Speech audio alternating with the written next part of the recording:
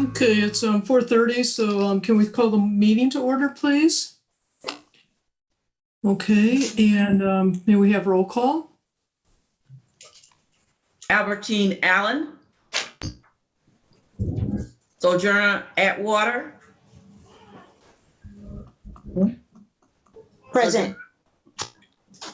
Dennis Carroll. Present. Marty Corley.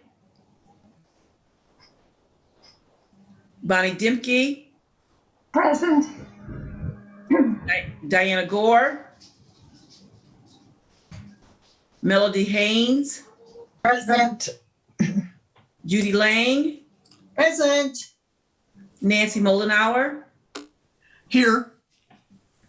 Aaron O'Reilly. Mary Ellen Quinn. Tyra Robinson Walker. Here. You have 7 and you do have a quorum, Nancy. Thank you very much. I appreciate that, Pat. Okay, so moving on, it looks like approval of the minutes is next. Since I wasn't present at the meeting, I have nothing to say about that. So would somebody like to make a motion that we approve the minutes from last month? I'll make a motion that we approve last month's meeting minutes. Thank you, I'll Judy. second that. Bonnie seconded that. Thank you. All in favor, say aye and put your hand up in your screen somewhere, please. Nancy, Aye. Nancy, It's gotta be Yeah. roll. we, according to the seminar that we all attended with Nancy, with Angie Nelson, all votes, well, under Zoom have to be roll call votes. So we'll have to have a real quick roll call. Okay, roll call then. Pat? Okay, as the roll call goes, Larry, I'll just roll call on those people that are present, or do I just do Correct. That's good. Okay. Sojourner You can say Atwater. aye or nay. Sojourner Atwater. Aye. Dennis Carroll. Aye. Bonnie Dimke. Aye. Melody Haynes. Aye. Judy Lang. Aye. Nancy Moldenauer. Aye. Oh, I need to abstain because I wasn't there. Okay. Tyra Robinson Walker. Aye. Okay, you have a vote 6-0. Okay, now I just noticed, Marty Corley, are you still there? Yes, present. Okay. I'll call you onto this vote also, Marty Corley. I didn't even hear what the vote was. I'm sorry. That's why I didn't even say anything. It's approving minutes. it's approving the minutes from January, Marty. Oh, so aye. Okay. Thank you very much. Okay. Okay, we're moving on to the finance report now. Bunny? There has been no change from last month. The ending balance, the beginning and the ending balance in January was $1,455.29. So the February 1st beginning balance is $1,455.29. There's been no change, no activity during January. Thank you. I am going to take it that we don't have to approve that finance report then, since there's been no change. Is that correct, Larry? That's fine with me. Okay. Thank you. And thanks, Bunny, for bringing the figures with you. I greatly appreciate it. Executive Director's Report, Tatanesha. Good afternoon, everyone.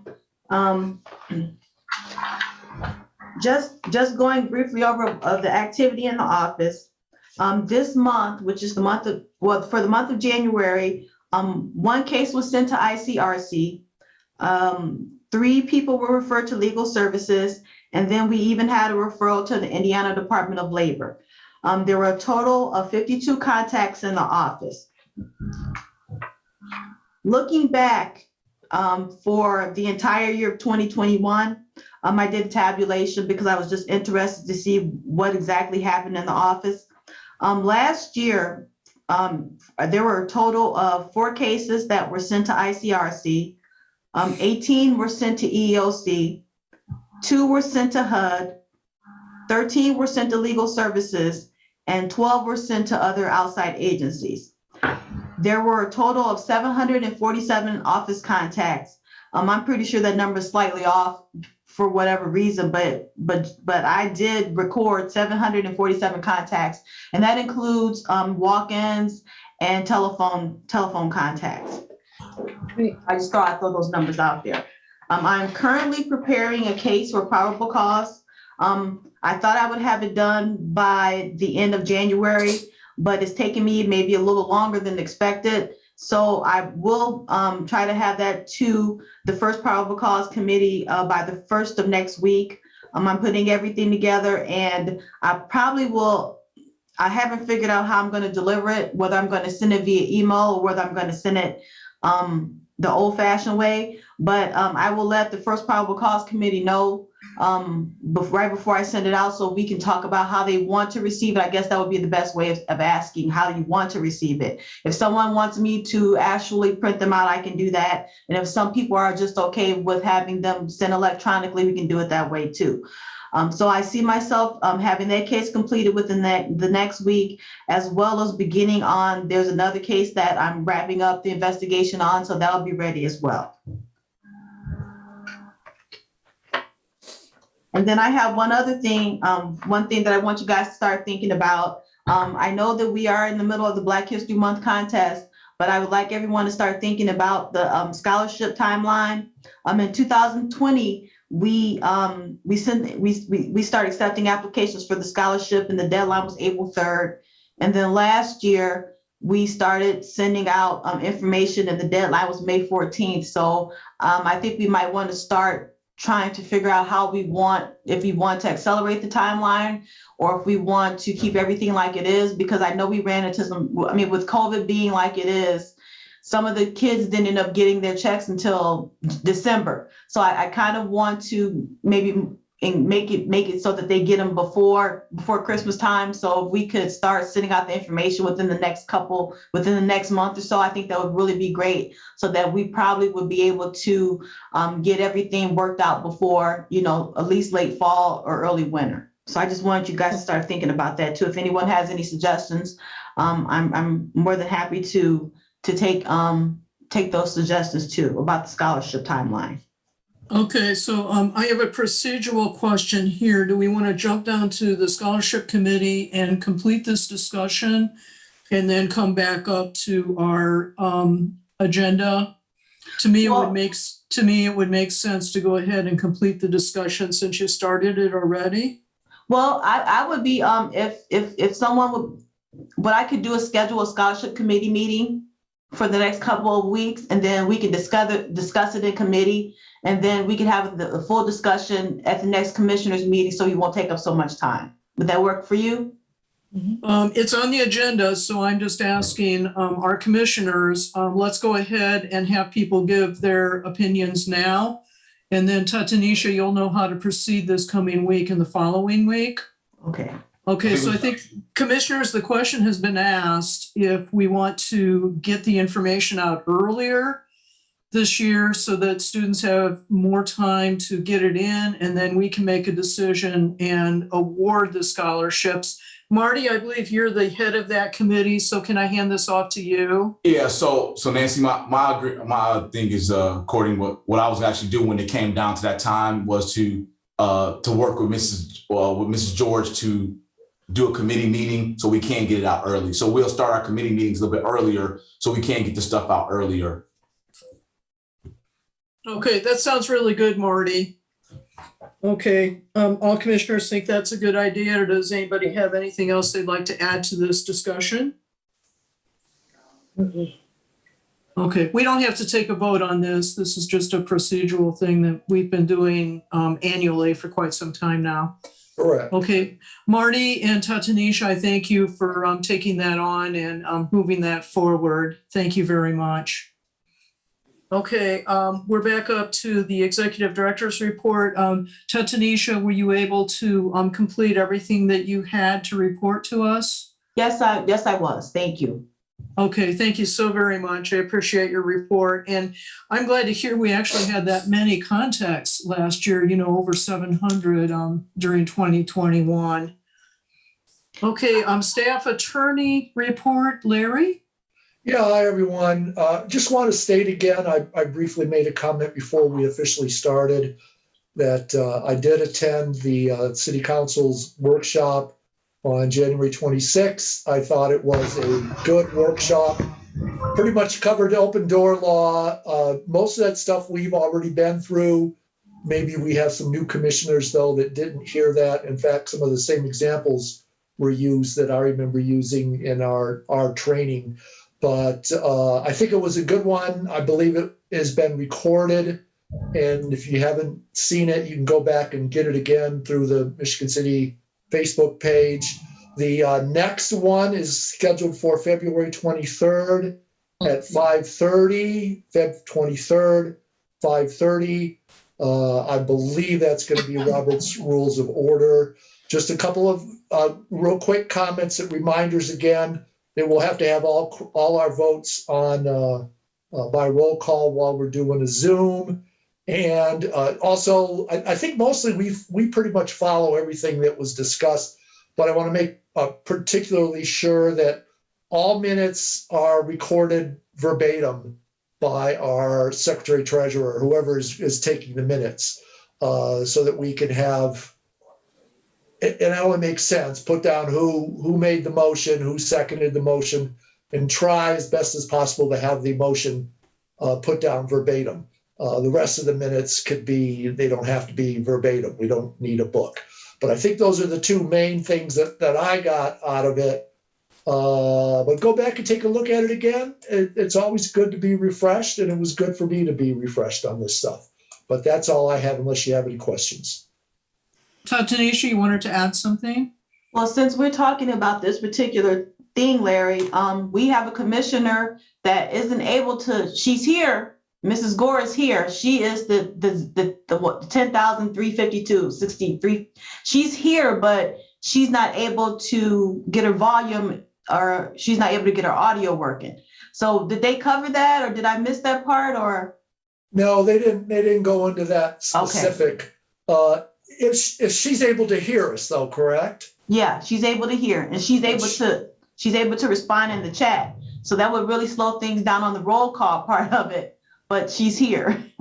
Yeah, so I don't think we need to see her picture, and we don't need to necessarily hear her as long as she can communicate in some way what her vote will be. So she could it would slow things down, but if she just in the chat and future votes, if we're going to have it, you just vote yay or nay. She is entitled to vote. Yeah, and I'm looking at the chat, and she did vote to approve the minutes. Okay, I'll make sure that's recorded. Thanks, Pat. Thank you, Pat. Appreciate that. Okay. Anything else? I attended that training session also, and the one thing that surprised me is that a quorum, to discuss things, to have conversations. And what I didn't realize is that, the quorum for more people gathered together, that means that you should not be discussing Human Rights Commission business. But what I didn't realize is that when you have a conversation with a group of people, and then you take the conversation and have it with one more, and then another, and another. And if you're talking about the same topic, then you, by virtue of those conversational strands, can very quickly and easily reach a quorum. So that's something to be aware of also. I did not realize that was the case. Larry, did you? Yeah, that's considered a serial meeting where one person just meets with another person and one at a time. But we pretty much don't do that, and we pretty much follow those rules exactly, as far as no serial meetings and having quorums. And our quorum is set by statute by the ordinance at 7, so we have to have 7. Doesn't matter how many commissioners we may or may not have, and now we're pretty much full strength. But in the past, it's been a problem, so we have to have 7. But yeah, I was aware of that. No serial meetings, and we really don't do that. Yeah, in the old days, 2 or 3 commissioners, the high-powered ones, might get together and meet after hours and decide things, and that's really not good. I mean, anybody can see that that's not good, and that's anything that we decide on or vote on is going to be done at a meeting. She also reminded folks that for committee meetings that they always have to come back to the full commission, just like we're going to do on the probable cause when we have probable cause meetings that are going to be closed. But those probable cause committees they're going to report back to the full commission, and we started doing that some years ago. So that's all under the open door, and it's all good stuff. It's all there under the open door statute, and you can all take a look at it. And if we need to do more training on it, we could have more training also down the line. I thought the video was excellent, and I think either Tatanisha or I forwarded that to everybody.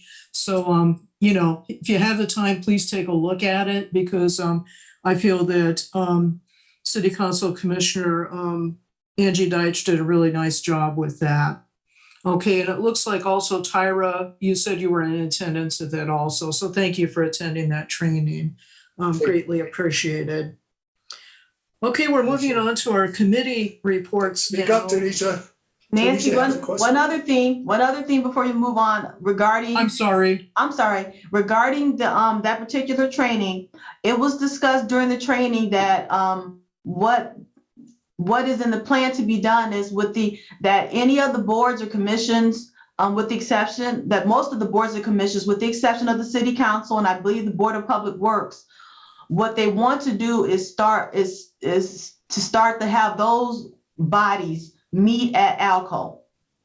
So I think they're looking to start to begin that transition where the Human Rights Department, the Park Board, any local, like the Commission on Women, any of those commissions or boards that currently meet at City Hall, with the exception of the City Council and the Board of Public Works, they're going to try to transfer those to the ALCO TV station. I believe that's what the plan is. Now, I think they kind of mentioned it, briefly do you recall hearing that? I think they were talking about those that have smaller numbers who are part of that. So certainly the Board of Works is a smaller body. And they very rarely have anybody attending their meetings. So I think that Drew White was definitely talking about size being a factor in making that possible. He said they had some room, but not a lot of room at ALCO is what I was picking up. So I think the ones he named off are smaller boards and commissions, and they meet during the daytime also. That was the other thing I was noticing. So I think the final word on that is still out. Okay. Yeah. All right. Okay, great. Okay, anything else? Tyra, did you want to share anything from that training that you picked up? Nothing that I can think of. I think you guys pretty much covered it.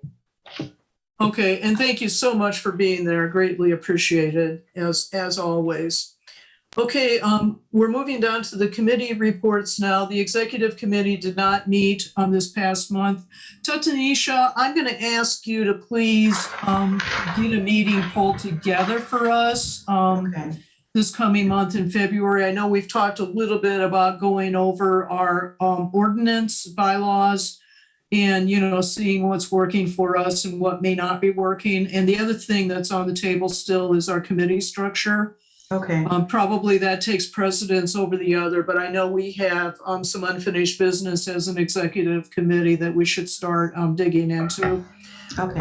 So if you could get something scheduled February, that would be great. If not, then March at the latest, okay? Special Events Committee. I don't know who, let me see. Mary Ellen isn't here today, so unless somebody has something on that, we'll just skip over that one also. Scholarship Committee, we already talked about that. Marty, are we okay to move on from that then? Yes, ma'am. We're good. Okay, thank you. Thank you very much. I appreciate that. Fundraising Committee, Judy, I know you have some exciting news for us. Yeah, I talked to Galveston and I've set up a date of March 31st for a fundraiser for the Human Rights Commission. We do not need to have any kind of coupons. We just need to tell our server that we're there for that reason. And so that was a good thing. And then I talked to the person at Leeds. They have that Beverage of the Month fundraiser for an particular organization. And then they require some information, which I spoke to or mentioned to Nancy. And then Nancy passed on that information to Tatanisha. That's as far as I know. I'm currently getting the information that they require. They just want some history about Human Rights Department and some of the things that we do. So I'm going to get that information to her. Good, great, thank you. Because I didn't know what to tell her, and so I she's got some spots open, and I thought, wow, this would be a good thing for us if she can do that. So I think she probably will, and we'll just get that information for her. Thank you, Tatanisha, appreciate it. No problem. Yeah, I didn't want to sit on it because I knew Tatanisha would be able to move on it faster than I would be able to. Okay. And if we could just get a spring, summer, or fall date, that would probably be best. And if we could get summer, oh my goodness, that's when the money really comes in. I know. I don't know. She said, all she said was, you saw the email she sent me. Yeah, She said she has a few dates open, so. Yeah, so whatever she has open, if it's summer first, Right. dibs, Right. that would be. But we do have March 31st for the Human Rights Commission at Galveston, so that's a good thing. And we did pretty well the last time, so get the word out, everybody. Yeah, Tatanisha, are you the one that usually puts together the flyer for those? I put together a flyer before, so I can do one again. Okay, if you would do that as soon as you have that, and if you get that to me, then I'll get an event set up on the Facebook page. Okay, good. And then let me see. I did talk to Aaron O'Reilly, and he is going to get to us a $700 check from the Sip and Paint. Hello. So I thought that Aaron's was there. Oh, Aaron's Aaron. here. Hi, where are you? I'm here. That's Diane. It's Diane Yes, Gore. ma'am. Oh, Diane, hi. But is Aaron on? No, he's not. Diane He's just absent today. come in. Okay. Okay, but I did talk to him on the phone about other business, and he did say he had a $700 check to get over to us. So thank you, Bunny, and everybody that was involved with that particular fundraiser. That's a good chunk of change that we brought in for our scholarships. So that almost covers one of them completely, because our scholarships are $1,000 each. So from the bottom of my heart, thanks to all of you that helped put it on and or participated in it. And hopefully next year I'm going to be able to make one. Hopefully this year I'm going to be able to make one of these, as long as I'm not triple booked on that particular evening. Okay, anything else? Okay, Judy, you're doing a really great job. Thank you so very much. Certainly. Things are happening regularly, and we're bringing in funds to be sure we're able to cover the scholarships and the other things that we desire to do throughout the year. Okay, we're going to skip over the SAM Commission. Pastor Carol gave me permission to do that. Nancy? What? I did give you permission. I was just gonna, I'm sorry to interrupt you. I did want to say that I don't have a report. I will have one next month because there's a lot of things going on at this particular point. Thank you. Okay, thank you for adding that addendum. I really appreciate it. Okay, and then I lost my place here. Okay, Education Committee. You kill me, he nails you for it. I don't think we have anything with that. Okay, we'll move along. Governance Committee, that goes under what I talked to Tatanisha about, getting a meeting scheduled for our Executive Committee to tackle some of the things under governance. And I have an exclamation mark after the Martin Luther King Committee. Tyra, another most fantabulous program, and I enjoyed it so much. So would you mind sharing with the commissioners what happened? Wow. So actually, as you guys know, we had our second virtual annual, I'm calling it annual now, Dr. Martin Luther King committee presentation. Even though I ate breakfast as I watched it. So, but it's actually very nice to see it all come together because we don't get to see it all in one until it's actually uploaded, on the PNW website. So each one of those segments are pre-recorded, and the tech team at PNW put it all together and kind of make it go and sync and edit and everything. So it comes out to be this beautiful picture. So we don't even get to see it like we used to do the run through and et cetera during setup, but it was excellent. Chief Campbell did a great job as always. So he's very eloquent in his presentation, but I don't know if any of you guys have gotten a chance to see it, but it is playing over and over again until I think last year they took it down in October or November. So we're still seeing and reaping the benefits of human rights and other supporters of the event, just getting that credit and that acknowledgement over and over again on the social media. Yeah, I watched it that morning when it was the first on for the first time. It was very well done. They put it together very well. So that was nice. The keynote speaker was excellent. I know. Didn't she got very detailed and broke it down pretty well, huh? Mm-hmm. Yes. Yes, she did. Yeah, and the thing I walked away with is the slant of our criminal justice system and how really the cards are stacked against our persons of color, and how many of them are wrongly convicted and then are held in prison for long periods of time. And then when they get out, they don't even have the services that other prisoners have when they're released if they have had a guilty verdict and committed the crime.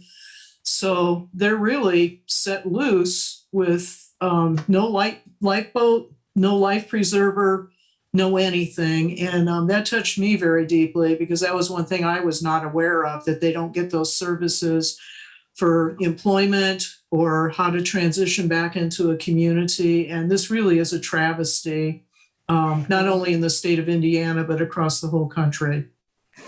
And some, of course, some counties do have that reentry program, but you just have to kind of look at what your county offers. And if they're limited in resources, that goes to tell you what will happen in reference to increasing our homeless population if there is no supportive net for this population transitioning from, behind the walls and back into the community.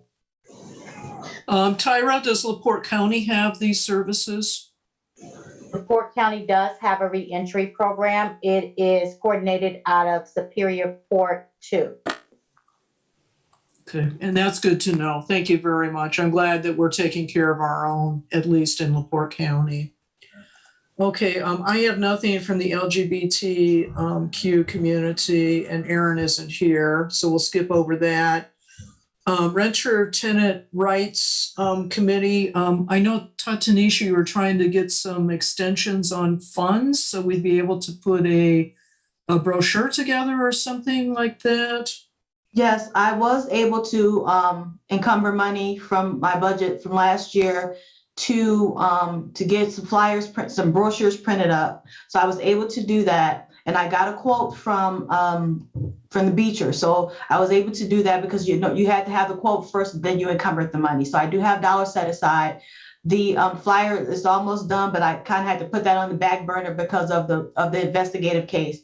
So so that's like number 3 on my list of things to complete for February, even though there's only 28 days. So it's is number 3 on my list, but I'm gonna try to get that out. I found some old stuff from legal services, so and I have some information from South Bend. So I think I'm gonna go ahead with my plan. I'm having volume 1 and volume 2, a list of places for people to call. A lot of people don't know things like just the basic stuff that, their landlord can't come out and set their stuff outside on the curb. There has to be an actual court proceeding.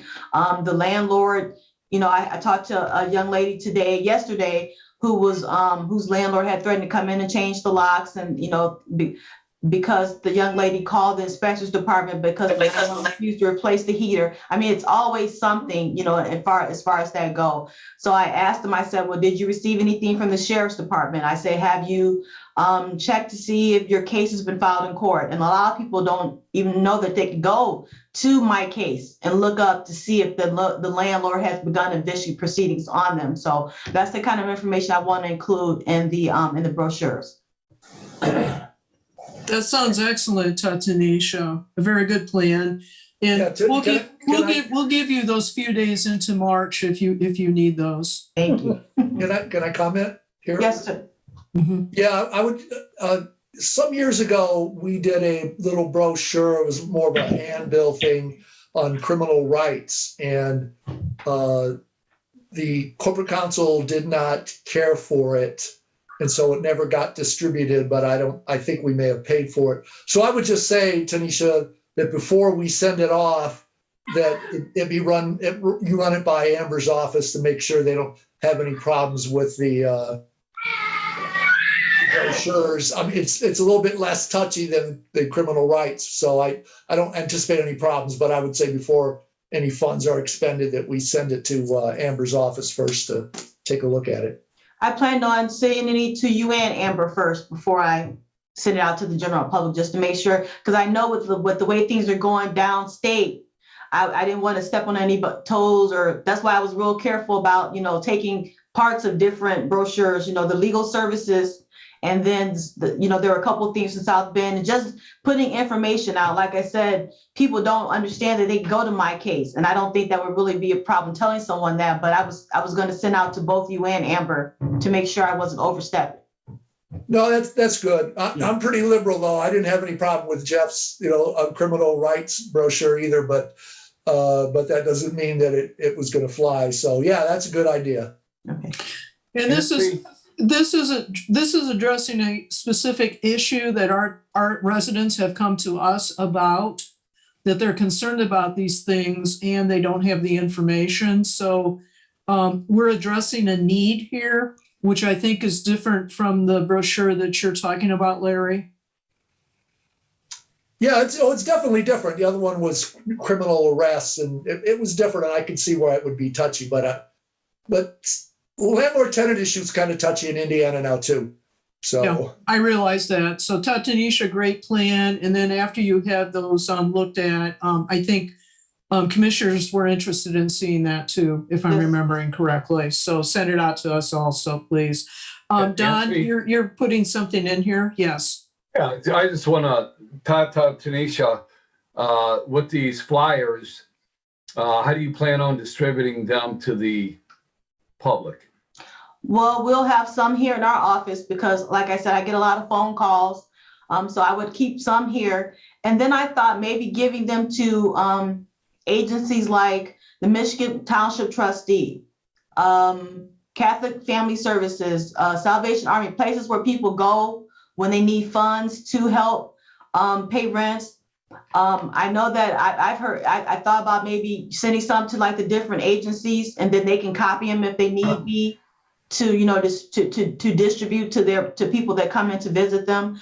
I thought about maybe like putting it on our Facebook page, or taking like a question or a scenario and putting it on Facebook so people have some type of reference point, so that they can, I get questions like, my landlord won't fix my heater. What am I to do? Or my landlord, is going to change the locks, or, or I can't make it to court, what am I supposed, those are the kind of questions that I get. And now there are some things that I can't handle, so I always refer them to legal services. So I would make sure that I include information to places like legal services and how to access my case and how to contact the health department or our inspection department if the landlord is supposed to do some things and he or she is not doing what they're supposed to do as far as that goes too.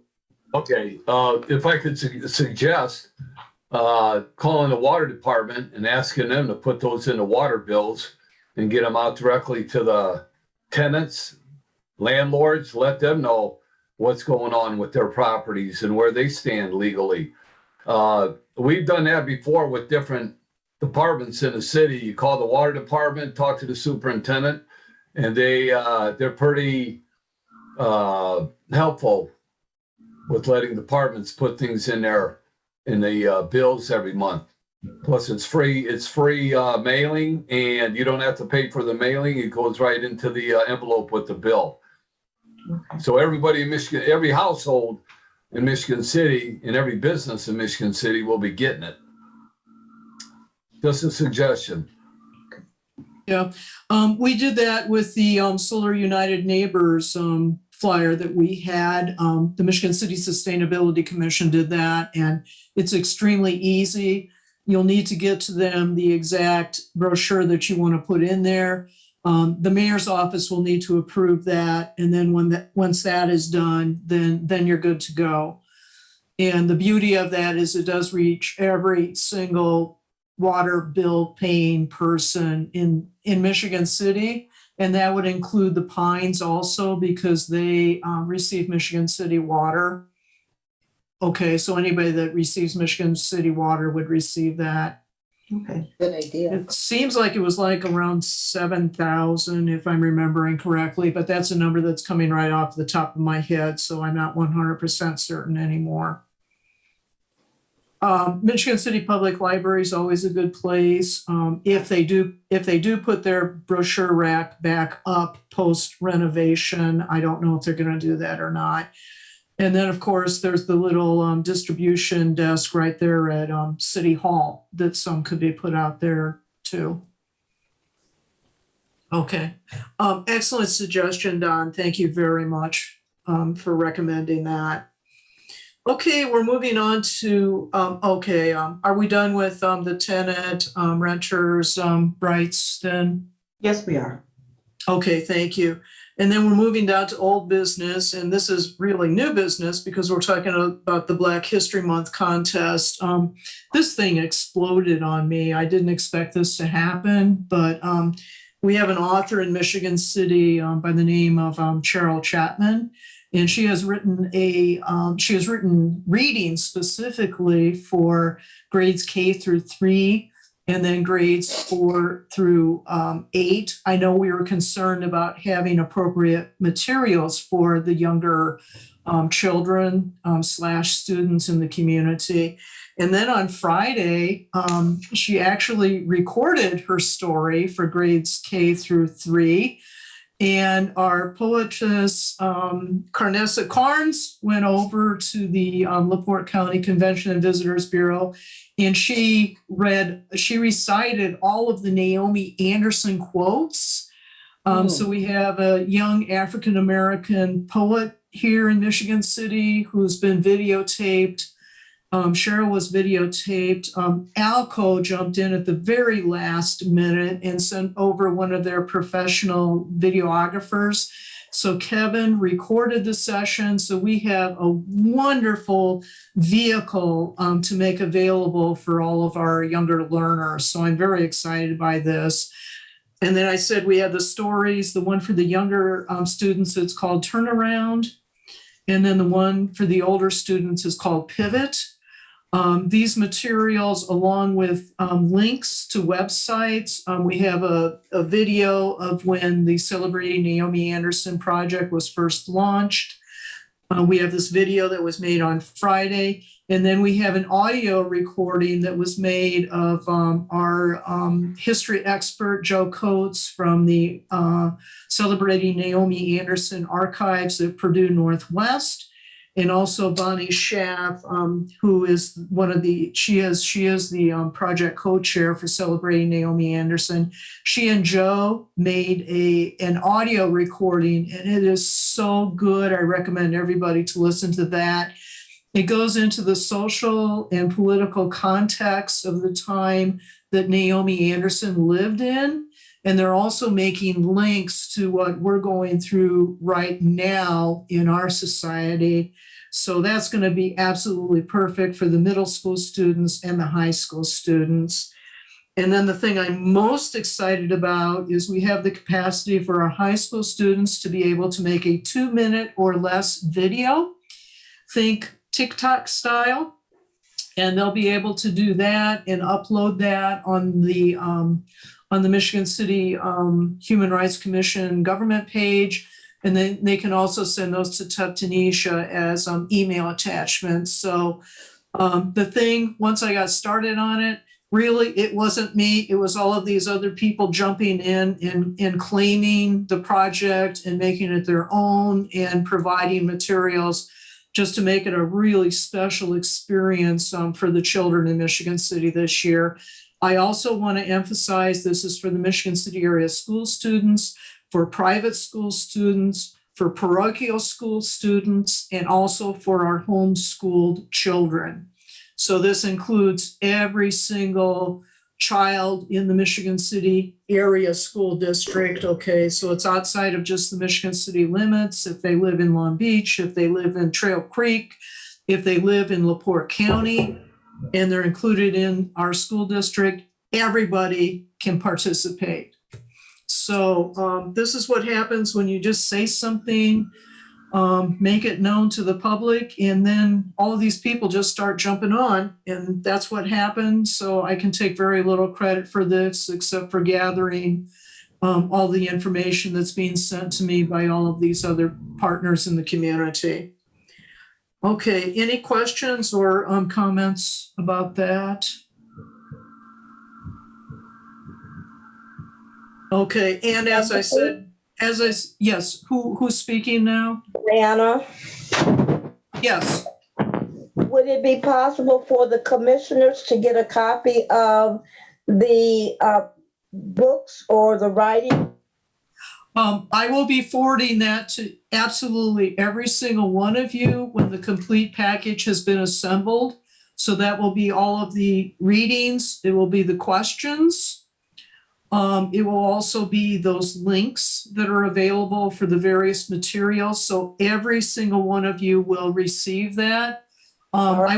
I would encourage you to share those with, family, friends, community groups that you're connected with to help get the word out. That would be extremely appreciated for you to do that. All right, with the churches as well? Absolutely. Churches are another really great place for distribution regarding the information for our Black History Month contest. Great. Thank you so much for that information. No, you're very welcome. And it's going to be posted on the Michigan City government site. There is a tab already on our Michigan City Human Rights Commission page for the Black History Month contest. Okay. And we're going to be giving the teachers and the students the whole month of, most of the month of February to be working on this so they can marinate, think about it, and, pull together submissions. Art submissions for grades K through 3. It's going to be a writing. It can be a narrative. It can be poetry. It can be a story for grades 4 through 8. And then, as I said, the high school students is going to be the 2-minute or less video that they'll be asked to create. Okay, and the Celebrating Naomi Anderson project team is purchasing all of the gift cards for this. The Michigan City Main Street Association, who holds the monies for the project and also got the large $40,000 grant from Indiana Humanities and Okra. Their board approved this their last meeting. So funding has been freed to cover this. Good. Okay, any other comments or questions or whatever? I want to acknowledge Tatanisha for being a really strong partner out of her office for all of this stuff that's flying around, because there's a lot of it. So Tatanisha, thank you. Thank you so very much. Thank you. And I do have an update. I have a flyer and I'm going to send that out. I'll probably send it out before I leave tonight because we don't know what the weather is going to be like tomorrow. And the mayor may enact his work from home policy. And most of my files are on my hard drive. So I'll try to send the flyer out tonight so everyone can get a look at it and give me input. And then I'm also cleaning up the entry form so that they'll be ready. And it's a surprise to Caleb, but he and I are also going to be working on the Michigan City webpage so that we can get that activated as well. So that's kind of I forgot to mention that this afternoon, but I hope you jotted it down. You forgot to tell Caleb? I forgot to tell him. We were talking about him being on the, being a host on the meeting tonight, because in order to see it on Facebook, he has to be the host. And that part just went totally out of my brain, but I hope he heard it. So he'll be aware that I'll be harassing him. He's here right now. I see his name. Yeah, it may be the first time he's heard this, but I think hopefully he heard it. Yeah. Caleb, thank you so very much. You're a mensch. You're a good person for supporting all of the boards, commissions, committees during our extended COVID pandemic. So thank you so very much. Heartfelt thanks for everything you do for all of us. Yeah, Just he's a tremendous. big He really thank is. you. We got a thumbs up. He heard us. Yeah. Okay. Moving on to new business. Does anybody have any new business? Okay, and then moving on to public comment. Do we have any comments from the public this evening? Hey, everybody. This is Sojourner. I don't have a public comment. I do have a question that I wanted to go back to the committees.